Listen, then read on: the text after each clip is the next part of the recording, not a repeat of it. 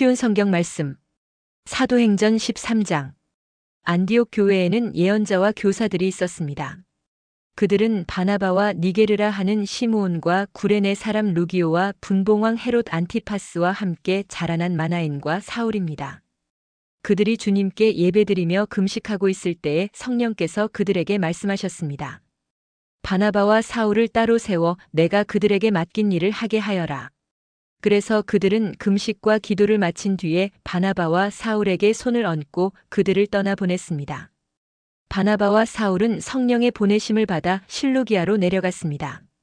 그곳에서 그들은 배를 타고 키프로스로 건너갔습니다. 그들은 살라미에 이르러 유대 사람의 회당에서 하나님의 말씀을 전했습니다. 마가 요한도 그들을 돕기 위해 함께 갔습니다. 그들이 그 섬을 다 돌고 바보에 도착했습니다. 거기서 바예수라고 하는 유대인 마술사를 만났는데 그는 거짓 예언자였습니다. 바예수는 총독 서기오 바울 곁에 늘 붙어 있었습니다. 서기오 바울은 영리한 사람이었습니다. 그는 바나바와 사울을 불러 하나님의 말씀을 듣고 싶어 했습니다. 그런데 엘루마라고도 하는 그 마술사가 바나바와 사울의 일을 방해하며 총독이 예수님을 믿지 못하게 애를 썼습니다.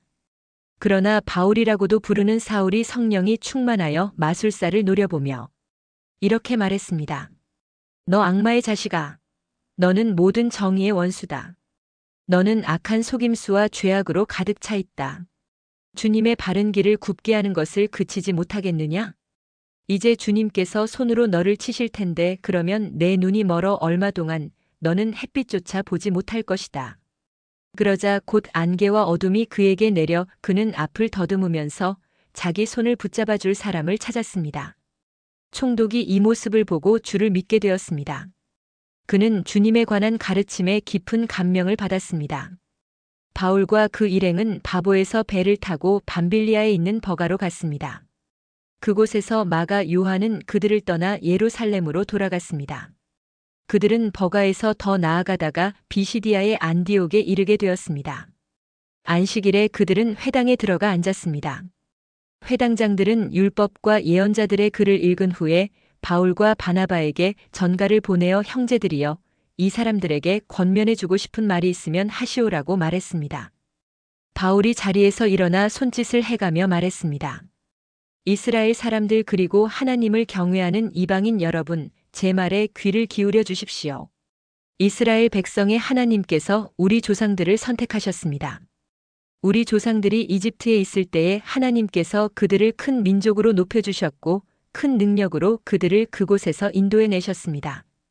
그리고 광야에서 40년 동안 그들이 행한 일을 참으셨으며 가나안 땅에서 7민족을 쫓아내시고 그들의 땅을 이스라엘 백성에게 유업으로 주셔서 약 450년간 차지하게 하셨습니다. 그 뒤에 하나님께서는 예언자 사무엘의 때까지 이스라엘 백성들에게 사사들을 세워주셨습니다. 그런 뒤에 백성이 왕을 요구하자 하나님께서 그들에게 베냐민 지파 사람 기스의 아들 사울을 주셨습니다. 사울은 40년 동안을 다스렸습니다. 그 후 하나님께서는 사울을 물리치시고 다윗을 그들의 왕으로 삼으셨습니다. 하나님께서는 다윗에 대해 내가 이새의 아들 다윗을 보니 그는 내 마음에 드는 사람이다. 그가 내 뜻을 다 이룰 것이다라고 말씀하셨습니다. 하나님께서는 약속하신 대로 다윗의 자손 가운데서 한 분을 구세주로 삼아 이스라엘에게 보내주셨는데 그분이 바로 예수님이십니다.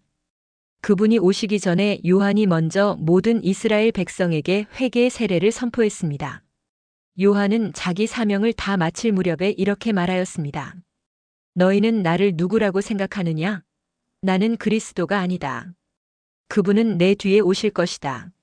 나는 그분의 신발끈을 풀어드리기에도 부족한 사람이다. 아브라함의 자손과 하나님을 경외하는 이방인 형제 여러분, 하나님께서 이 구원의 소식을 우리에게 전해주셨습니다. 예루살렘에 사는 사람들과 그 지도자들은 예수님을 알지 못했으며 안식일마다 읽는 예언자들의 글을 깨닫지 못했습니다. 오히려 그들은 예수님을 죄인 취급하여 예언자의 말씀을 그대로 이루었습니다. 그들은 예수님을 죽여야 할 정당한 구실을 찾지 못했지만 빌라도를 졸라서 예수님을 죽이게 했습니다. 그들은 예수님에 관하여 성경에 기록된 모든 말씀대로 예수님께 행했습니다.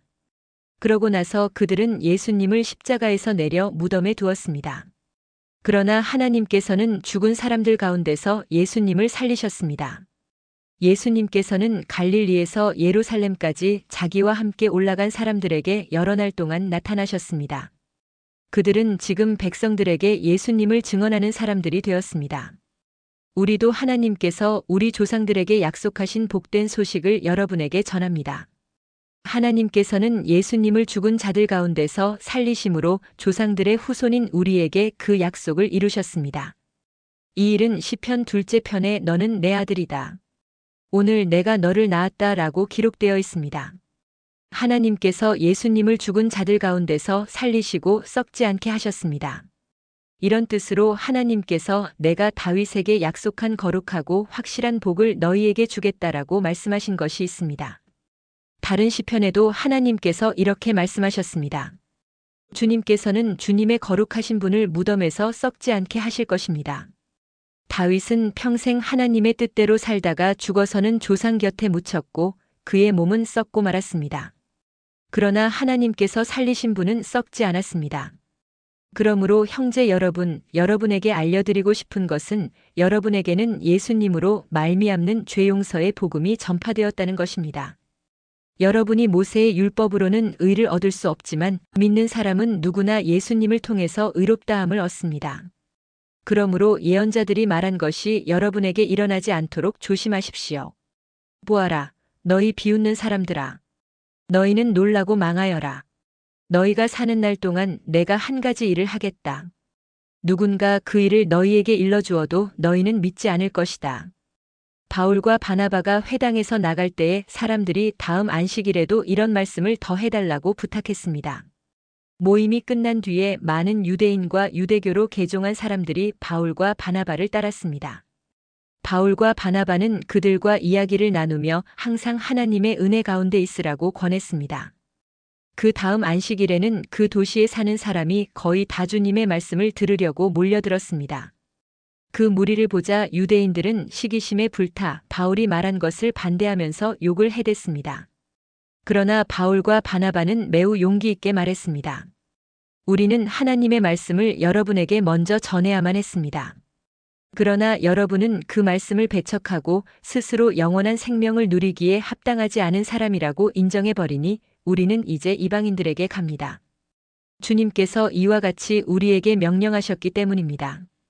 내가 너를 이방의 빛으로 삼았으니 이는 너를 땅 끝까지 이르러 구원이 되게 하기 위해서이다.